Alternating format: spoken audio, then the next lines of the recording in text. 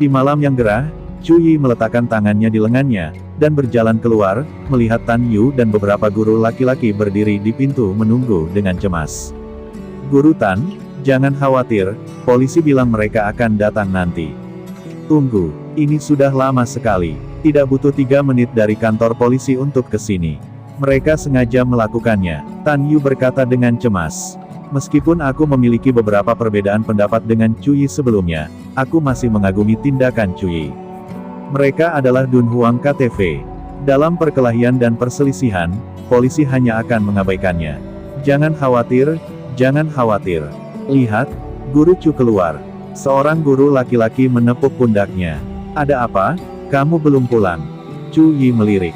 Dua rekan pria tersebut memiliki hubungan yang harmonis dengan Chu Yi, dan tidak ada konflik. Kamu baik-baik saja." Mata Tan Yu melebar dan dia tidak bisa mempercayainya, karena bisnis keluarganya yang cukup kaya, jadi dia mengenal beberapa orang dalam. Fan Hong jelas bukan orang yang mudah diprovokasi. "Apakah kau ingin aku memiliki sesuatu yang buruk?" Chu Yi tersenyum dan mengangkat tangannya. "Aku seorang guru. Tentunya aku ingin berdamai dengannya. Dia senang denganku dan menjadi lebih rendah hati, dan membiarkanku pergi." Tan Yu membuka matanya lebar-lebar. "Oke, Tuan Chu, Anda pasti menggunakan reputasi kepala sekolah yang lama. Aku dengar bahwa kepala sekolah yang lama memiliki reputasi yang tinggi di kota Jiujiang." Kedua guru laki-laki di sampingnya juga mengangguk. Setelah mengobrol satu sama lain, beberapa orang melihat bahwa Chu Yi baik-baik saja dan mereka pulang dengan tenang. Chu Yi tentu tidak akan mengatakan yang sebenarnya, karena mereka telah menemukan alasan yang baik, maka Chu Yi menjadi santai. Keesokan paginya, langit cerah dan suhu agak panas. Chu Yi tinggal di rumah kontrakan, 2 kamar dan 1 aula. Teman sekamarnya baru saja pindah beberapa waktu lalu, meninggalkannya sendirian. Dari terobosan prajurit ke prajurit tingkat tinggi, jika aku tidak menemukan tempat dengan aura yang cukup, aku khawatir ini akan memakan waktu seminggu. Chu Yi makan roti sambil berjalan menuju pinggiran kota. Di mana ada lebih banyak tanaman hijau, di situ pasti ada lebih banyak aura. Kota Jiujiang bukanlah kota industri, dan lingkungan di pinggiran kota tidaklah buruk. Sekolah ketiga berada di pinggiran kota. Chu Yi berjalan-jalan di pinggiran.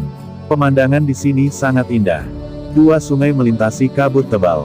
Chu Yi memperhatikan bahwa reiki di sini jauh lebih tinggi daripada di daerah perkotaan. "Aku khawatir jika aku mengundang seorang master Feng Shui, pasti akan menemukan harta karun." Ketika Chu Yi berada di bumi dalam kehidupan sebelumnya, dia tidak percaya sama sekali terhadap hal-hal mistis, tetapi sekarang dia tahu bahwa ada hal-hal yang sangat aneh di bumi. "Aku belum pernah melihatnya selama 1000 tahun. Ini benar-benar seperti dunia lain ketika aku kembali kali ini." Chu Yi menghela nafas, dia menantikan untuk melihat sekelompok muridnya lagi, tapi dia sendiri bisa saja dijahili oleh mereka. Berjalan perlahan di sepanjang tepi sungai, mata Chu Yi bersinar. Dia menggunakan Wang Qi Jue yang paling dasar untuk menyerap reiki. "Sekarang aku hanya dapat menggunakan kekuatan batin.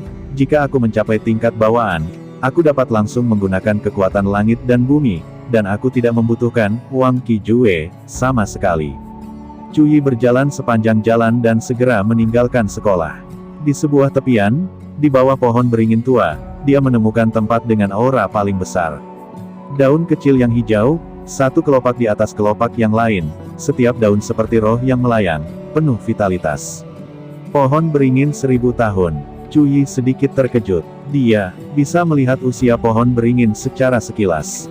Pohon beringin 1000 tahun masih sangat kuat, dan masih hidup, menarik energi spiritual di sekitarnya, dan mungkin akan baik-baik saja dalam 10.000 tahun ke depan. Di dunia immortal, apalagi tanaman, bahkan batu pun bisa bertahan lama. Ini tempat yang bagus. Chu Yi memusatkan pikirannya. Matanya bermartabat dan jernih.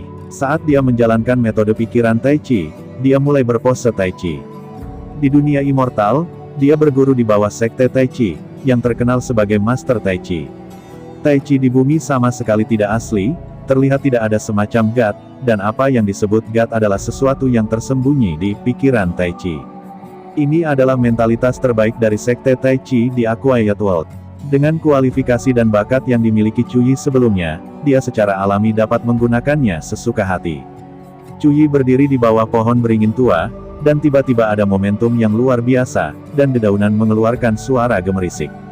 Tangannya menari-nari, seolah menyentuh bola tak kasat mata. Saat dia bergerak, angin di sekitarnya mulai berubah menjadi bentuk yang tidak beraturan, secara bertahap menyatu di tengah lengannya. Terkadang lembut, terkadang buru-buru, seperti energi yang kuat, terbungkus oleh Cuyi, ingin menerobos keluar, tetapi terjebak di dalamnya. Keringat meresap melalui kulit, dan sangat jernih di bawah sinar matahari. Tiba-tiba, Cuyi membuka tangannya dan mengangkatnya. Tanah menjadi bergemuruh. Beberapa daun yang jatuh memudar. Ikan mas di sungai terkejut dan melompat keluar dari danau. Ombak bergulung dan rerumputan liar berdesir. Di tubuh Cuyi, tampaknya ada lubang tertutup yang terbuka, dan aura di seluruh tubuh meningkat. Akhirnya menerobos, dan aku bisa menghembuskan nafas dari tubuhku. Ini adalah tahap memasuki divisi seni bela diri. Tahap selanjutnya adalah divisi seni bela diri yang hebat. Master seni bela diri sudah bisa seperti sekolah tinggi dalam seni bela diri. Tentu saja, untuk Cuyi, ini tidak layak untuk disebut. Lagi pula, ada terlalu sedikit reiki di bumi. Bahkan jika bakatku bagus, aku tidak bisa dengan cepat meningkatkannya. Sepertinya aku harus mendapatkan beberapa harta karun. Dia bergumam pada dirinya sendiri, dan kemudian tersenyum pada pohon beringin tua. Hari ini, dengan bantuan auramu, aku, Yan Luo Xianzun, akan membayarmu di masa depan dan membantumu. Setelah berbicara, Cuyi menatap seorang lelaki tua tidak jauh. Dia sudah lama memperhatikan bahwa lelaki tua itu sudah tiba tak lama setelah dia berkultivasi. Meskipun Presiden Guo telah pensiun untuk waktu yang lama, ia memiliki kebiasaan berlatih Tai Chi di bawah pohon beringin tua di dekat sekolah setiap pagi. Hari dan tahun berlalu, meskipun dia berusia di atas 70 tahun, tubuhnya semakin kuat. Pada hari ini, Presiden Guo, seperti biasa, datang untuk berlatih di bawah pohon beringin tua, tetapi secara tidak terduga menemukan bahwa seorang pemuda sedang berlatih Tai Chi. Dia merasa lega. Dia telah terobsesi dengan Tai Chi selama beberapa dekade dan ingin membawa istri dan anak-anaknya untuk berlatih bersama, tetapi mereka semua adalah orang-orang yang sibuk. Adapun mereka yang berlatih Tai Chi di alun-alun, dia tidak tertarik. Menurutnya, orang-orang ini hanya memiliki bentuk dan tidak memiliki semacam gat. Kepala sekolah Guo mengamati detailnya dan melihat postur Cuyi, dan ada ekspresi apresiasi di matanya. Ya, meskipun dia masih muda, dia sudah memiliki keterampilan Tai Chi yang baik. Orang yang muncul di sini sepagi ini seharusnya adalah staf sekolah, guru, atau departemen logistik. Kepala sekolah Guo penasaran. Tai Chi adalah hal yang mulia dan menjunjung tinggi kebenaran, dan hanya mereka yang memiliki pikiran yang baik yang dapat berlatih Tai Chi. Tapi semakin dia melihat, semakin takjub wajahnya. Angin bergerak bersama, pohon bergerak bersama, air bergerak bersama, semuanya bergerak bersama, ini dan ini. Pipi kepala sekolah Guo bergetar karena kegembiraan.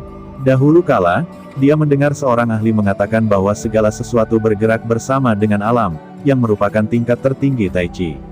Satu gerakan, dan satu hari pada satu waktu. Dia berlatih Tai Chi untuk waktu yang lama, hanya untuk mencapai level ini, tetapi kali ini, dia melihat seorang pria muda memperagakan Tai Chi tingkat tinggi, bagaimana ini tidak membuatnya terkejut. Tapi detik berikutnya, dengan suara ledakan, petir datang dari langit, membangunkan Presiden Guo dari pikirannya. Wajahnya tampak terkejut, dan dia melihat ke arah suara tersebut. Pada saat ini, pemuda itu berdiri dengan bangga, dengan matahari dan cahaya keemasan bersinar di tubuhnya seperti generasi master. Cuyi memandang seorang lelaki tua yang mengenakan setelan Tai Chi, penuh energi, tetapi datang dengan penuh semangat. Kepala sekolah Guo bersemangat dan tidak bisa menahan diri, dan membungkuk dalam-dalam pada Cuyi. Cuyi terkejut, "Tuan, apa yang kamu lakukan? Tolong jadikan aku menjadi muridmu." Sepanjang hidupnya, dia selalu mengajar dan mendidik murid-muridnya, tetapi dia juga terobsesi dengan Tai Chi. Karena keadaan zaman dahulu, tidak ada guru yang mengajarkan Tai Chi kepadanya ketika dia masih muda, jadi dia belajar otodidak. Dan hari ini, tugasnya sebagai kepala sekolah telah berakhir, dan dianggap selesai, tetapi di Tai Chi, dia tidak pernah bisa berhenti belajar. Saat ini, dia harus meminta seorang pemuda tersebut mengajarinya Tai Chi. Dia tidak malu, tapi dia dengan senang dan wajahnya memerah. "Apakah Anda kepala sekolah lama Guo?" Cuyi mengenali lelaki tua di depannya, dan dia adalah kepala sekolah lama dari sekolah menengah ketiga. Cuyi tersenyum pahit, kamu membuatku malu. Aku akan menjadi bahan pembicaraan jika orang lain tahu. Mereka berani. Mata Presiden Guo melebar, dan kemudian dia tampak merasa berlebihan, dan dengan cepat berkata dengan hormat, Tuan, Anda adalah seorang guru. Guo Moseng terobsesi dengan Tai Chi, dan sulit untuk memulainya. Tolong berikan pencerahan. Cuyi merasa malu karena hal ini akan mempengaruhi sebab dan akibat, dan dia dapat melihat bahwa keinginan Presiden Guo berasal dari hatinya.